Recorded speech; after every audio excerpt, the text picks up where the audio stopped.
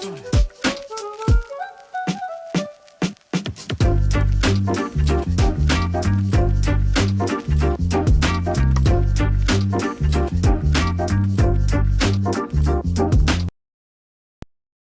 by Riverside FM.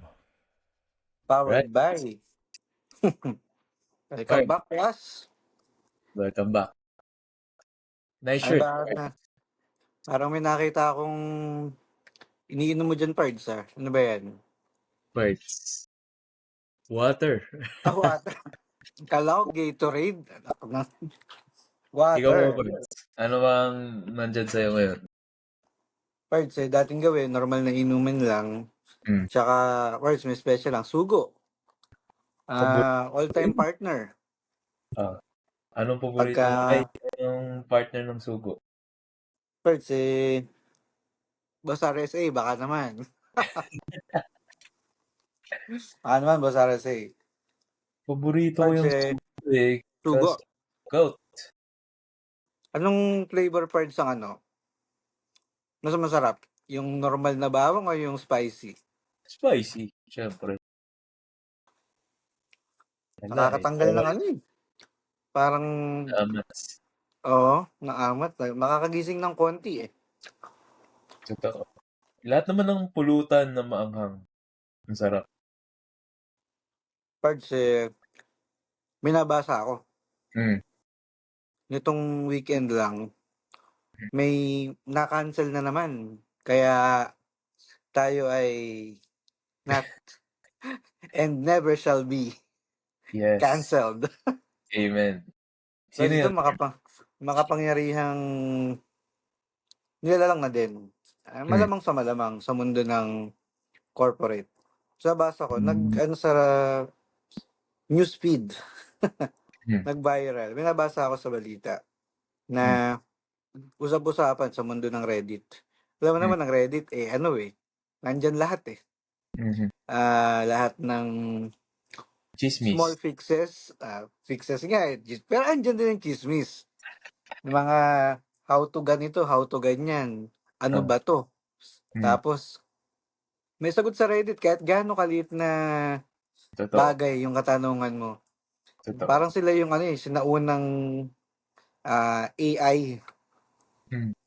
Ang advantage lang nila, yung mga tao may experience kasi mini community ang Reddit eh, no? Kaya lang puro anonymous. Lahat anon. So always take it with a grain of salt. Lalo na yun nga yung kamakailan na medyo napagpiestahan na issue. So allegedly sa isang Reddit post ay meron di umanong COO, Chief Operating Officer ng isang kumpanya, malaking kumpanya pa rin, so telco, na di umano ay promotor ng toxic work environment. Anong promotor? Mga nagpapatawag ng meetings na inaabot hanggang gabi, mga may papagawa na due date same day, EOD, mga report siguro, malamang, ewan natin. Puro alleged lang to, Pards. Tsaka, parang ERAP. May pa-midnight meeting. Yung issue ng ERAP dati, mga meeting na hanggang gabi. Si Tatay Diggs din, di ba? Oo nga pala. Mga pagising mo, may balita na kagad. may bago na no? Breaking news tuwing gigising kayo, mga bago niyang balita. Totoo. So, ayun, Pards, na-cancel nga. Yung isang CEO dahil nung nag-viral yun, marami pala sila na nagsishare ng same sentiment at may mga kanya-kanyang kwento. So, nung nabalita na broadcast, siguro, dahil malaking kumpanya to, kailangan nilang i-damage control at reviewin yung allegation kung tama ba o hindi. Ngayon, nakita ko na sususpend muna yung current COO na ito. Hindi ko alam kung diretso si Bakbato o ano lang, suspend para palamigin yung issue. Ang tingin mo, tanggal o balik? COO to malaking kumpanya. Parts una kasi hindi ko pa rin alam din kung ano yung totoo or ano Mm. yung details about it. Siguro mas magkakaroon ako ng strong sentiment about it kung yun nga, naka-interact ko na siya. Pero siguro relating to that, kasi na-experience ko rin naman na mapunta sa environment na, for example, micromanager yung boss. Mm. Or, yun nga, relate ako dyan sa mga meetings Yung kunyari, magbubuk lang ng one hour meeting sa'yo, tapos abot 2 hours, 3 hours. Walang konsiderasyon sa time. Lalo ng, ako, creative. Mahalaga sa akin yung, yung i-condition mo yung sarili mo para maging creative. Pagka ganyan na bigla ka na lang bibigyan ng meeting or mag-extend yung, yung time. So, nasisira yung, nasisira yung, ano ba tawag dito? Parang energy mo. Yung momentum mo, yun. Momentum. Na, yun, hindi ko alam kung sa akin lang dahil yun nga as creative. Ikaw, anong take mo dun sa mga overtime meetings? Meron kasing iba na ginagawa talagang buhay yung trabaho. Yun na yung doon nagre-revolve yung buhay nila. Meron ding iba na work-life balance talaga. So, hindi mo naman pwedeng ipagdukdukan dun sa iba na dahil yung halimbawa isang boss ay sobrang workaholic, hindi mo pwedeng i-impose na dapat kayo rin kasi ako ganito. So, kung ano lang yung sinet, halimbawa, ganito hanggang gantong oras lang, hanggat maaari, stick to that. Minsan, mag-overtime talaga. Paminsan-minsan, walang kaso. Pero kung palaging ganun, ibang usapan na yun, di ba? Medyo nakaka-demotivate yun. Magiging flight risk ngayon yung mga tao. Baka hindi naman kailangan yung ganong kahabang meeting.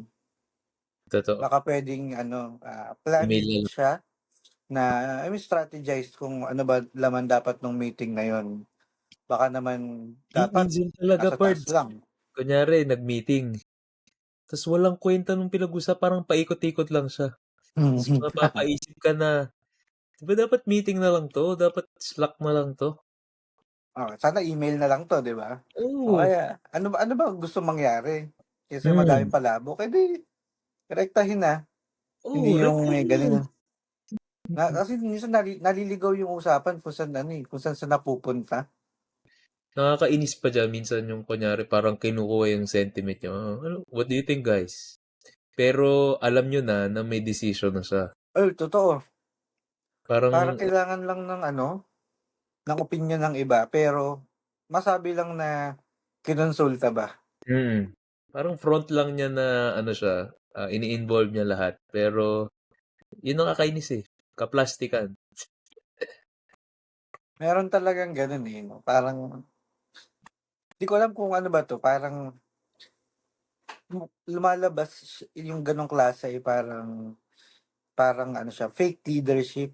Kasi pagka pinag-usapan mo leadership, dadaan dyan yung yung pinapakinggan mo yung boses ng mga empleyado mo. Parang democratic ang dating. Hindi ka imposing, hindi ka diktador. To some level. Kaya siguro to improvise yung sitwasyon na nakinig ka at masabi mo na ito pinagmitingan namin tong lahat. Lahat ay may sinabi, ito ang ending namin. Parang nagdagdag ka lang ng extra step sa gitna. Simula pa lang alam mo na kung ano dapat gawin. Tapos, imbis na i-impose mo na kung ano yun, nagpa-meeting ka for the sake na masabi nga, may imbag yung mga team members. So, yun lang. Kaya lang ito, Pards, na ang isang malaking problema nila dahil malaking kumpanya sila, na-cancel nga. Hmm. So, lumabas sa media at mukhang merong bahid ng katotohanan. Mhm. So, itong cancel culture medyo ano din, no, medyo matagal na siyang may ganyang phenomenon pero Mhm. na ngayon lang na hindi man today na ngayon na pero quite recently na nagkaroon siya ng term. Mhm. So, bilang mas ano ka parts, mas technologically advanced, Mhm. Hmm. ano ba ang cancel culture na to? Naku, mahirap yan, parts. I-google ko na lang kung ano Ano ba sabi ni Doc Google? Sabi ng Google, cancel culture refers to the withdrawal of support from individuals, groups, or organization after they have been deemed to have said or done something objectionable, often through social media campaigns. So, yun, I think talagang buhay siya ngayong age ng social media. Kasi, iba dati, ah, wala, nung mga time nila Rizal, sulat-sulat lang eh. So, kung may Mahirap kagalit ma-cancel sila, dun. parang ilang buwan pa bago nila maikalat sa radyo na, ay sa dyaryo, na itong individual na to ay cancelable. Pero Sa ngayon, oh, mm. pero ngayon, isang post mo lang, pwede ka lang ma-cancel. Yun nga, kasi madali makakuha ng resibo sa Mhm. social media. Exactly. Ah, maganda yung definition na binigay dyan no, through social media kasi doon din naman talaga battleground eh. Mhm. Kaya maraming malakas din ang loob na manghimok na mag-cancel kasi madaming resources. Research, halimbawa, di ba yung recent war sa Gaza, may Mhm. mga ano, may mga kumpanya na sinusuportahan yung isang panig na involved sa giyera.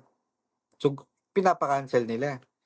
Halimbawa, yung isang malaking coffee, global coffee brand, may panawagan na kanselahin yan. Saka isang fast food chain na may Mhm. clown. Di ba? Ang daming call to Cancel. withdraw support. Mhm. Kasi, halimbawa yan, research. Sa research sa mobile phone mo, internet, andyan yan. Pwedeng maraming proof tungkol dyan. O kaya, sa lokal na level, meron kang na witness na hindi maganda. Na videohan mo, na picturean mo, may pruweba ka. Popost mo ngayon yan, saka ngayon gagawa ng magandang literary piece tungkol sa iyong opinion. Bakit hindi na dapat suportahan ng isang organisasyon o ah, kumpanya na yon. So, may isang case, hindi ko lang kung napanood mo, Pards, o nakita pala, yung isang grupo ng mga kabataan, tinry nilang i-cancel yung isang coffee shop. Kasi Mhm. madami sila, maliit lang yung coffee shop, small, small na ano lang to, na tindahan. Mhm. Tapos, mukhang merong hindi pagkakaunawaan. So, Mhm. hindi na-accommodate yata lahat ng request o kung ano man. So, ginang up nila tong Facebook page nung coffee shop. Nag-iwan sila ng maraming review na hindi maganda yung service, winanstar, bla bla bla, ganyan. Mhm. Ang problema, na-reverse cancel sila. Kasi may Yeah. resibo yung coffee shop. Hmm. Meron silang proof na hindi totoo yan. Ang Hmm. paglilinaw, ito sitwasyon, ito. So, may dangers din yung paghihimok ng cancel culture. Papasok na rin diyan, parts, yung mob mentality. Yun, pinagtulungan nila yung coffee shop. So, kung titignan mo at that time, parang parang maniniwala ka na agad kasi kunyari, group of 5 sila. Mm. Yung yung each na yon may mga friends, syempre susuportahan sila. So, kung hindi lang malakas yung proof siguro ng coffee shop, baka natuluyan silang na-cancel. Oh, balita ko, umu-order daw ng pa-order nga ng kape. Tapos, ang nilagay doon sa pangalan, ano, speech. Ay, ibang coffee shop pala yun. Iba ba yan? Iba. Isa pa yun, di ba? Isa Oh, pa yan. Pero, nabayad. hindi ko alam kung maka-cancel sila. Hindi kayang ma-cancel yun. Birds, meron akong tanong sa'yo. Kasi may naalala akong kwento eh. Tingin mo ba yung cancel culture or yung pagka-cancel itself, temporary siya or lasting? Mabilis naman kasi tayong makalimot eh. Hindi na So, nga. pwede ngayon, Birds, lalayo pa ba cancel tayo? niya. BB!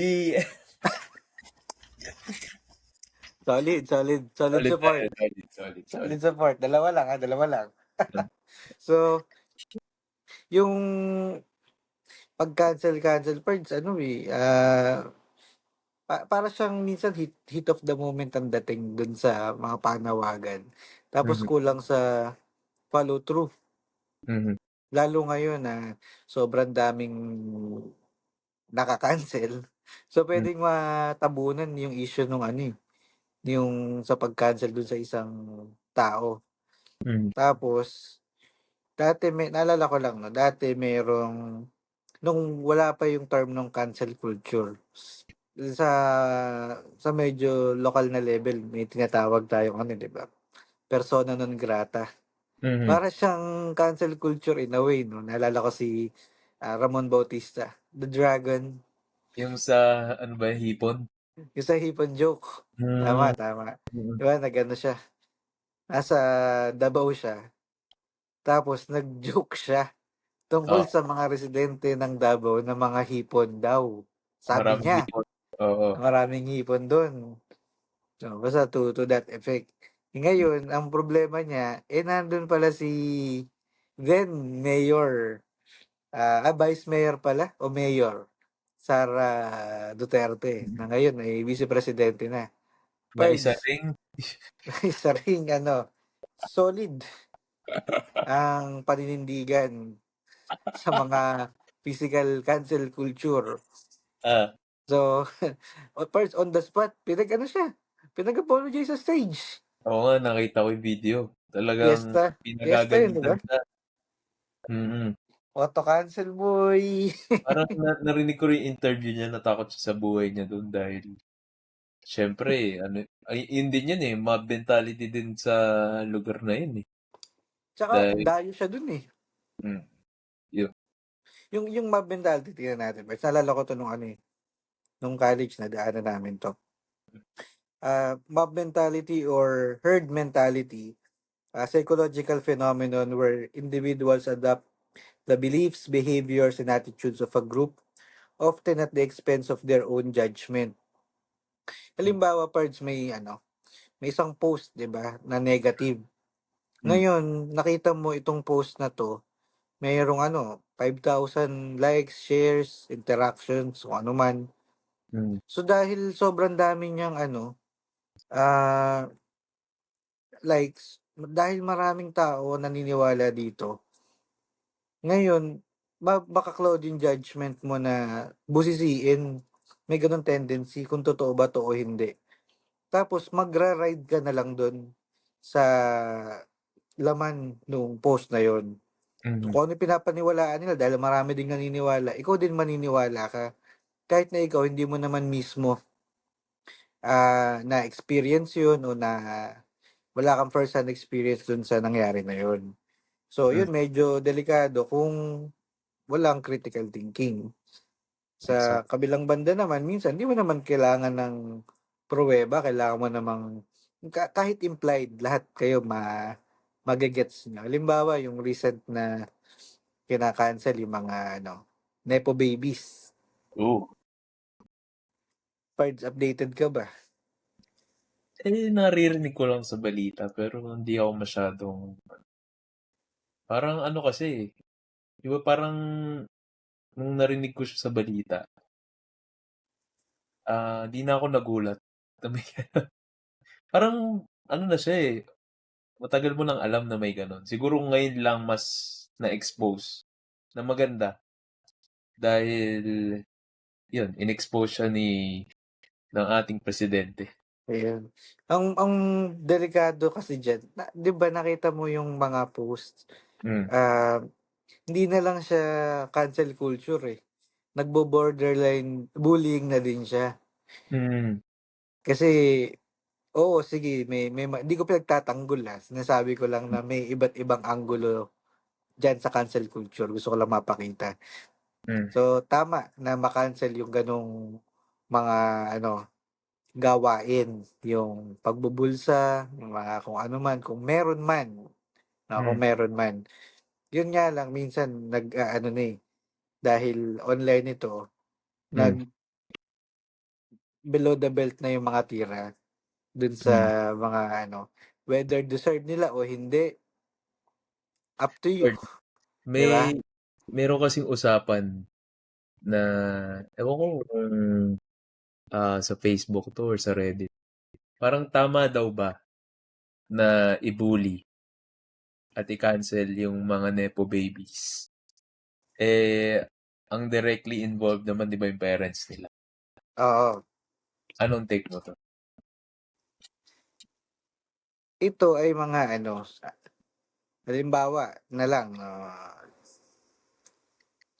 kung fino-flaunt nila yung wealth Mhm. nila na hindi naman na halimbawa mapatunayan Mm. na talagang yung fino-flaunt nilang kayamanan ay galing sa hindi tama na pamamaraan, Mm. eh, dapat managot din sila dun. Kaya Mm. lang, kung hindi mapatunayan, eh, di may may counter argument naman 'tong isang panig na bakit gano'n? Mhm. Bakit sila borderline binubully kasi hindi naman maitatama ng isang mali ang isa pang mali, 'no? Tama rin So, naman.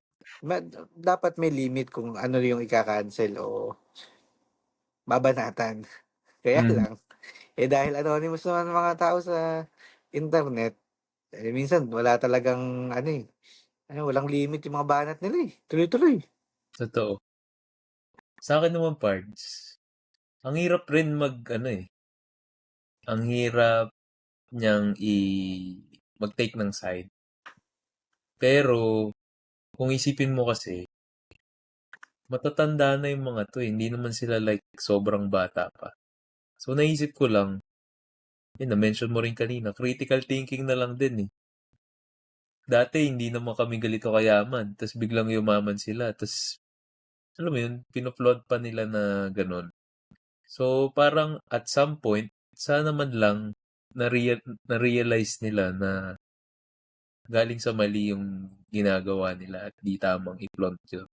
Kung tama na mapapatunayan, Hmm, 'di ba, Pards? exactly. Although ang isang magandang dulot din nung parang cancel culture na 'yan kung ayan nga, kung talagang mali yung pinagagagawa, hindi yung isa pa yung kay Vico, Hmm. kay Mayor Vico. Hindi naman niya sinabing i-cancel natin 'tong ano, 'di ba, yung kalaban niya dati.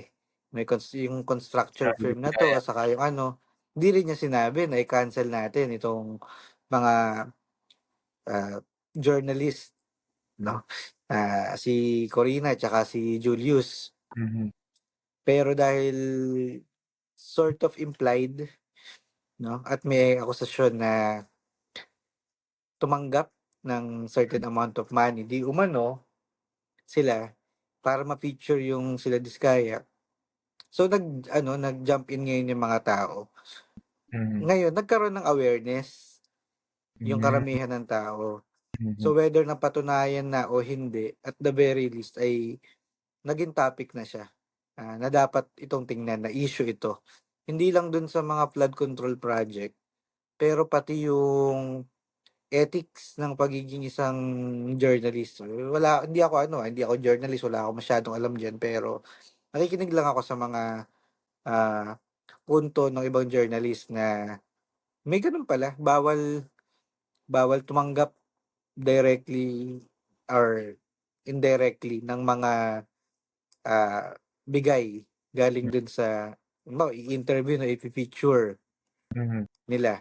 Kasi para siyang promotional material ang dating. So may conflict. So Mhm. halimbawa ikaw parts interviewin mo yung isang tao. Tapos ipapakita mo lang yung certain aspect na positive sa kanya. Mhm. Tapos dahil marami kang follower, o di yung framing nung kwento mo dun sa positive din. Pero bilang journalist kasi, 'di ba dapat sa totoo ka pupunta, yun ang tutumbukin mo. Ano ba Parts, punot dulo, ano yung totoo niyan? kakapakinig ko lang nung latest episode ng ano, ay hindi ko alam pala kung latest. Basta na-mention 'to sa Cool Pals, eh. Pinag-usapan nga nila yung about kay Corina at Julius. Ta's parang naging take nila dun, kasi trusted na yung mga 'to dun sa field nila. Kasi journalism, 'di ba, parang walang kinikilingan, yun nga yung sinasabi ni Mike Enriquez. So ngayon nung lumipat sila sa lifestyle, nadala nila yung ganong credibility na Tama. ngayon parang siyempre sa normal na mamamayang Pilipino, 'pag napanood nila yon, in-interview 'to ni Corina. So ano na lang din siya, unconsciously na nako-connect mo, na siguro maaasahan 'to or, Siguro ah, totoo to kasi galing sa oo, credible na tao. credible source. Pero yun kasi ina-argue nila ngayon, na nag-shift na sila sa lifestyle or yung aspect nila na yun hindi sila yung journalist na Ti- side nila. ang basa ko diyan, 'di ba hinihiwalay nila eh. Hmm, Yung parang day job versus yung after work hours. yun Kaya nga. lang ang problema, pareho yung linya nung dalawa na to. Nag-feature ka ng mga prominent figures sa Mhm, balita, positive o negative, prominent figures yan. Sa kabila, lifestyle channel naman yung iano mo, papakita mo. Eh dun sa TV, sila personality, mhm. TV personality. So tama, nadadala nila yung credibility nila from one point to the other point ng kanilang ah, field. So tama lang din na ma-call out Parang end of the the day very ano na lang least. din siya, social responsibility na sana napag-isipan nila na ganun yung epekto. Tapos hindi ko alam parts kung napakinggan mo yung interview dun kay Sara Vizcaya. Mm. Medyo red flag din talaga, eh. Yung una yung sinabi na mas magaling pa daw ang foreman kaysa sa engineer. Eh, Parts, medyo common siya sa Filipino culture, 'di ba, na ganun totoo, laging totoo, totoo. pero mali siya, eh. Mali siya kaya parang naano pa tuloy yung attitude na gano'n or yung belief na gano'n parang lalo pa siyang, kung sinabi nila yun baka totoo nga. So, marami pa ring gagawa. Hindi siya ano, hindi napuputol yung misinformation. Medyo natatawa ako doon kasi ang dami sa Facebook yung ah, humihingi ng payo. Minsan Hmm, lumalabas sa feed ko, di ko alam kung sa home bodies ba yun na group o ano. hmm, Hingi ng opinion, papatayo ng bahay, magkano daw quotation. mhm, No? So halimbawa may magsasabi na itong bahay, ang budget 2M. mhm, Makatarungan po ba ang presyo ng bahay ko? Nagpapagawa 3M tapos ganito, ganito, ganito. Tapos hmm. may magko-comment. Yung tito ko foreman, kaya yan 1M. Tapos wala na, wala nang wala nang plano-plano. Basta Oo, itatayo niya yung bahay na yan. O kaya hmm. kapitbahay ko nakapagpatayo 700K. Siya lang, tsaka foreman, tsaka ilang manggagawa lang. Proud Tinayo pa, 'di na. ba? Proud, Proud proud. pa. Kasi nakatipid eh. Siyempre yung mga engineer naman lalo yung mga lisensyado, pinag-aralan nila yung mga structural integrity ng mga building na yan. Hindi lang nasa ibabaw ng lupa, pati yung pundasyon sa ilalim ng lupa. Alam nila kung ano yung tama, saan ipupwesto yung mga bigay niyan o yung mga beam Hmm, para supported lahat ng anggulo ng bahay. Ay, hmm. nakakatakot yun kung, sige, si Foreman may experience, tama. Pards, Pero alam mo pagka ba, bumigay yan, Alam mo ba kung bakit mas magaling yung foreman kaysa sa engineer? Bakit? Bakit? 4 yun eh. Nyek, nyek, nyek. Achiche. Hindi, narinig ko lang din yun sa Cool Pals. Ah, Si Foreman. ano Mas magaling kay Foreman. daw. Si Dos magaling kay Foreman. alin? Si Five Man. Narinig ko lang din. Ah, Nagre-recycle lang tayo ng mga ano dito. kasi meron akong interested na ah, topic na gustong tignan or pag-aralan. Kasi parang feel ko embedded na siya sa pagka-Pilipino natin yung ganung ah, practice ba or attitude. Kasi isang banda, naisip ko, yung sa when it comes to health naman. Kunyari, di ba may sakit yung anak or yung bata. Di ba uso sa atin yung usually dadalin muna sa manghihilot bago dalin sa doktor. Parang same concept, Oh, di ba? Foreman, tama, tama. galing yung foreman kesa ano. Tapos kunyari, may hindi magamot yung doktor. Kung ano-anong kwento na yung i-imbentuhin na nabarang daw or what. Dahil hindi So, may paliwanag yung sakit. alam kong may something sa ano natin, sa lahi natin na bakit laging nagre-resort sa ganun. Yung hindi official na dapat na tumulong sa'yo, yun pa yung parang pinagkakatiwalaan. Yung sa kaso ng mga ano nito, yung faith healers yan eh, di ba? Mhm. Yung mga ibang mga ano ba yun, mga manghihilot. Mhm. Yung iba manghihilot, tsaka yung mga faith healer. Kasi meron diyang aspeto ng ano eh, ng experience. Kasi ito experienceado na eh. Kilala ko to eh. Very localized. No, lalo na sa medyo probinsya kasi itong mga sa tingin ko kasi mga community eh. So Mhm. may kakilala si ganito, may kakilala si ganyan, iikot yung kwento. Ito hindi meron pwede na may isa na ano na may sakit Mhm. pero hindi daw na pagaling na isang doktor. Mhm. Tapos itong manghihilot o kung ano man, napagaling niya. Nilagyan ng Maaring latay. maaring maaring totoo. Maaring nagkataon na gumaling mag-isa, nawalay sakit o kung ano, 'di ba? So, yung kwento umiikot, napapasa, kaya ngayon nagiging totoo sa mata ng karamihan yung meat nung kwento na yon. Mhm. Pero siguro sa mas lumang panahon in the olden times, yung mga mas nauna naman kasi talaga yung mga ano eh, yung mga faith healers eh, kaysa magkaroon ng doktor. Kung susumahin lang natin. Dahil Totoo. hindi naman tayo very advanced nung unang panahon, ilan lang yung mga doktor. Eh, di ba, ang edukasyon, ang nagdala lang naman talaga niya sa atin yung mga Amerikano. Mhm. Nagkaroon ng proper schooling, yung Mhm. sistema ng pag-aaral. Dati, how is knowledge transferred?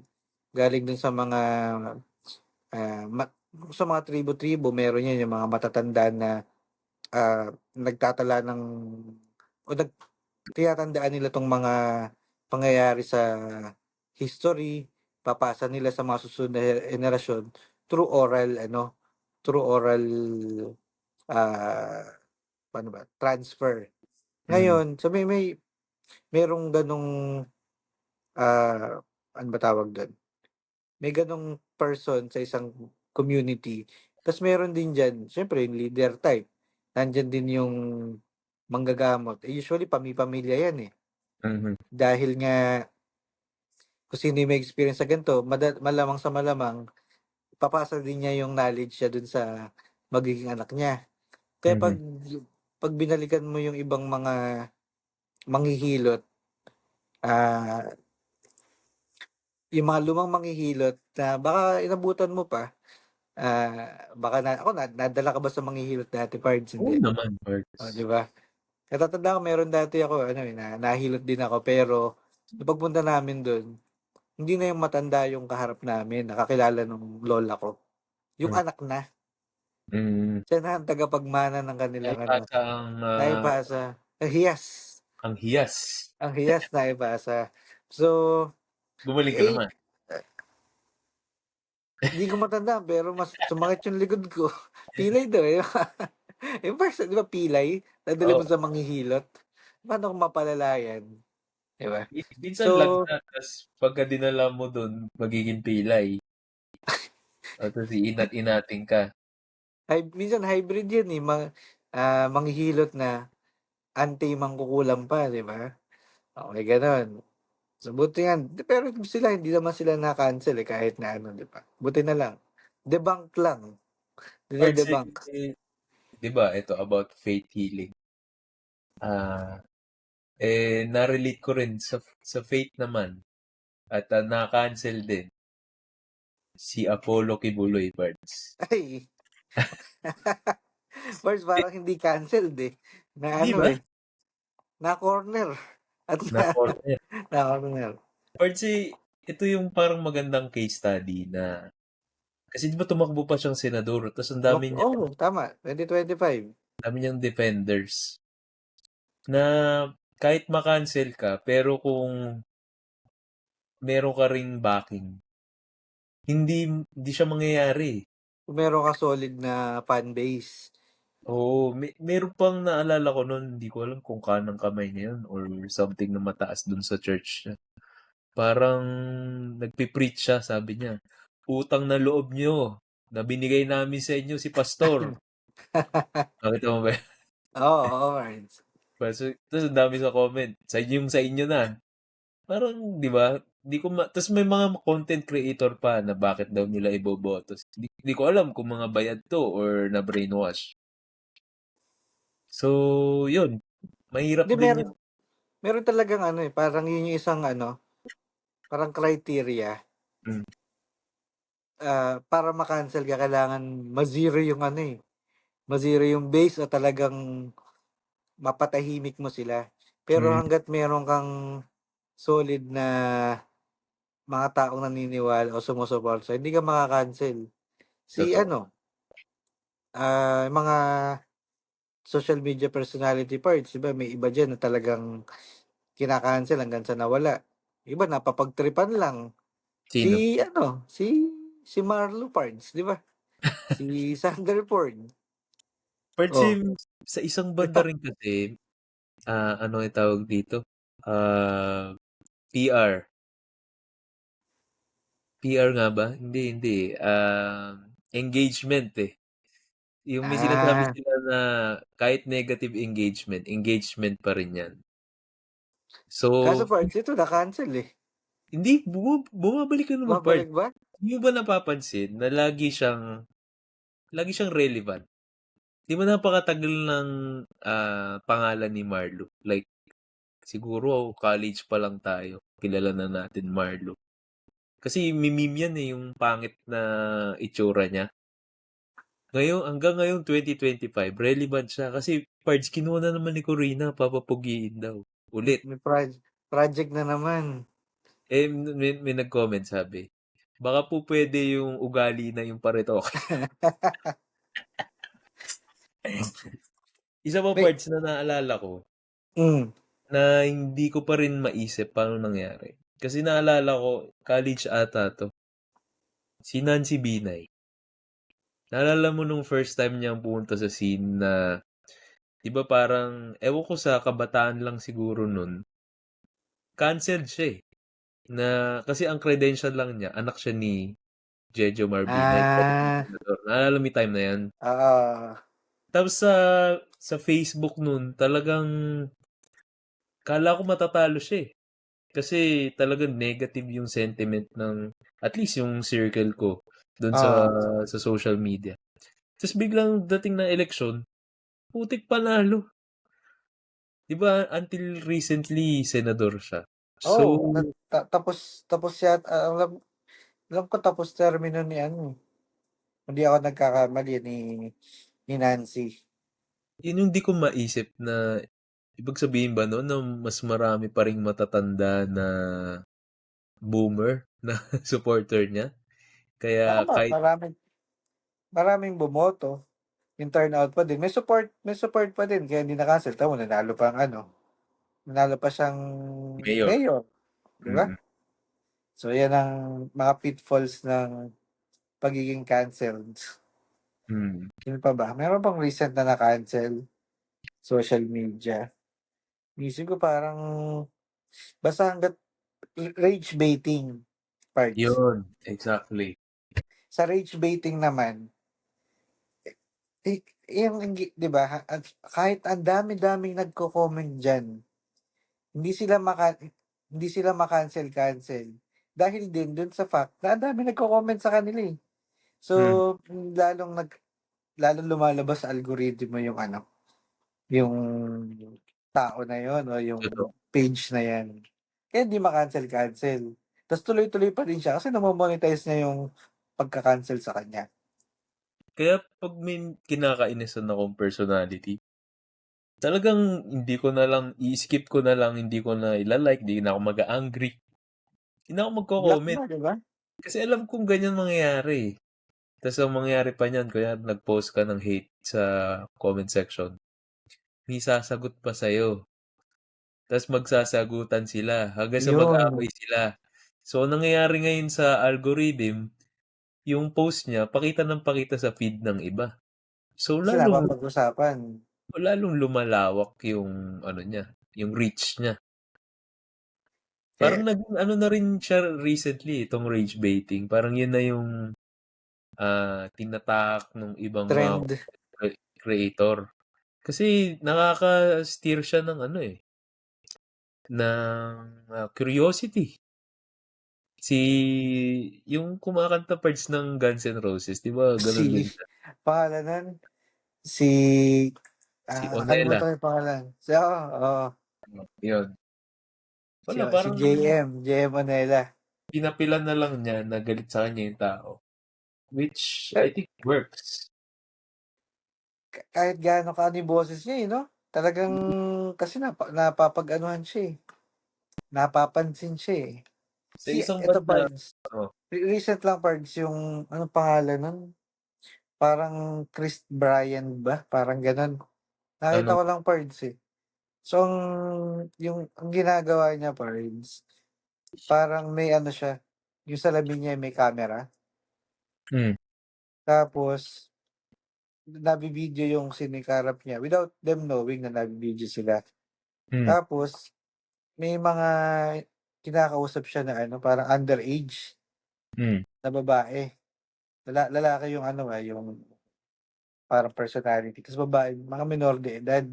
hmm, Kinakausap niya. Tatanong pa, ilang taon na, may boyfriend ba? Tapos sasabihin, pwede ba si brother? Referring to himself, So, anong pag-isip yun?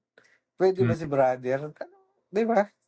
totoo. Boy, kulong yan. Ewan ko nga, ba't wala pang dun eh. Wala pang nagkakaso dun sa, ang tindi nun eh. Hindi na pang cancel culture yun eh. Totoo. Borderline na yun eh. Criminal case na. Oo. Diba? Yung mga dapat talagang Hmm, nakaka-cancel. mhm. Minsan ayaw na lang nating makigulo kasi alam mo namang marami ng ibang magagalit para sa iyo eh. Totoo. Diba? Yan, Parang yan din ang let the world mindset ko eh. burn. Parang kasi nagko-consume din yan ng energy. Yung lang makipag-away ka sa comment section, parang kukonsume din yan ng inis sa'yo eh. So, inisip ko, bahala na kayo. Parang na-try ko siya siguro ng very slight nung election, yung presidential election. Kasi alam mo naman, Patola ka pala eh. hindi naman, nilaban natin ang ating manok, Tama. si VP Lenny. Pero, Tama. yun eh, okay lang na parang at least na-experience ko once. Kasi yun, mga kamag-anak ko na talaga yung nakakabangga ako. Or Hindi siya, naubos ba pamilya mo? ha? Naubos ba tinuturing mong pamilya? First, naging nauwi na lang sa, tatlo na lang yung kinakausap ko. Core family members. Or family members na lang. Yun, naisip ko lang din na wala rin ang mangyayari. Kahit awayin mo sila, di magbabago yung mindset nila. Parang lalo pang nagpatibay na kasi dahil kino-call out mo sila, parang lalo nilang ginalingan yung Oo. pagiging tanga. Meron talagang meron at merong mga personality na hindi maka-cancel. Like, Meron talaga. like, Kahit anong gawin, hindi maka-cancel. So, etong ginagawa natin, mm. sana hindi pa natin ma-cancel. Tuloy-tuloy lang. Huwag natin Pag, i-cancel parts. pag na-cancel ka, sisikat ka din. Relevant ka na. Sisikat ka din. So, okay lang. Kailangan mo lang i-ride talaga yung success. Hindi, hanggat hindi relevant ang isang tao, Hindi hindi na. maka-cancel. Tama, tama. Wala naman So, silang pakialam sa iyo eh. Wala silang pakialam sa atin eh. So, wala silang makukuha sa pag-cancel. naalala ko nga lang pala na yung about rage bait, diba? Naalala mo si, ano pangalan nito? Yung si Rendon. Oo nga, isa pa Parang yan. lahat ng lumalabas sa kanya ay hindi mo parang sumasakit yung ulo ko. Kaya di ko maintindihan bakit lagi pa rin sumusulpot. Pero, Medyo nag-change ano yata siya eh. Ano ba tawag doon? Papalit siya ng persona sa internet. Parang nililis niya ng konti. Imbis na nagiging puro pang-aaway na lang, na meron siya parang health and fitness. Parang si, ah, parang si Carlos Agassi. Diba dati puro kung ano-anong kanta lang. Tapos medyo recently po ang ginagawa niya, health fitness. and fitness na. Nagpipivot sila papunta sa mas Si baka Carlos, yun yung stepping stone nila. ah, Ma-cancel, makilala. Tapos pag may following na, mm, saka sila magtitino di ng mo content. na-cancel part si Carlos Agassi. Di naman, Maganda di naman. ron. Parang ano lang, cancelable lang yung mga ano niya, mga kantang ginagawa niya. Pero Nakakairita lang, pero wala namang inaapakang tao. wala. Pero di ba, nakakatuwa yung ano niya, yung kanta niya yung birthday. Hmm, happy na birthday pa. Totoo naman. Wala namang mali dun sa kanta niya. Happy na birthday pa. Sa parts, talagang wala lang. Naisip ko lang mag-record today. Pero legit na ano yun, parang rapper daw dati. Hindi ko alam yun. Kaya Ano ko siguro, lang, naririnig ko lang. Ewan ko, first ako fan ka. bata pa tayo nun. Kala ko fan ka eh. Hindi. So, sa birthday lang, yun ang bagong birthday theme song ngayon eh. Mhm. So, paano parts? Basta wag muna tayong, pag na-cancel tayo eh, sabihin relevant na tayo. Ngayon, wala. It's an achievement. It's an Walang achievement. magka-cancel sa atin parts. So, Hmm. with that, cancel muna natin yung episode na to. Ganun muna parts. Sige, Pards. Isa na namang magandang kwentuhan Ang about makabuluhang balitaktakan ang totoo. naganap. So, paano? Sige, Kita-kita Pards. ulit sa susunod na pagkikita.